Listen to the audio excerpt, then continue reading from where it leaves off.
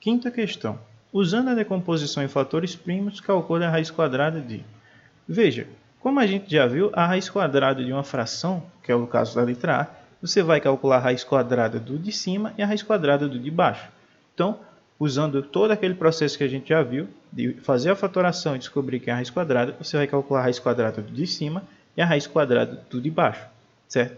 E aí vai ser o valor que der a raiz quadrada de 25 vai ficar em cima, o valor que der a raiz quadrada do de baixo vai ficar embaixo, certo? Na letra B, você precisa transformar isso aqui em fração. Como a gente já viu, a gente pode transformar isso da seguinte maneira. 0,01 pode ser escrito como 1 sobre 100, certo? Tem dois números após a vírgula. A gente já sabe que o único número diferente de 0 é 1, então ele vai lá para cima.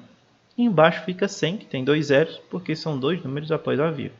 E aí você vai calcular a raiz quadrada dessa fração. Como? Calculando a raiz quadrada do de cima, onde a raiz quadrada de 1 é o próprio 1, e a raiz quadrada do de baixo, que você já deve ter descoberto em outra questão anterior com a raiz quadrada de 100, certo? E aí o valor de cima vai ser 1 e o de baixo vai ser a raiz quadrada de 10.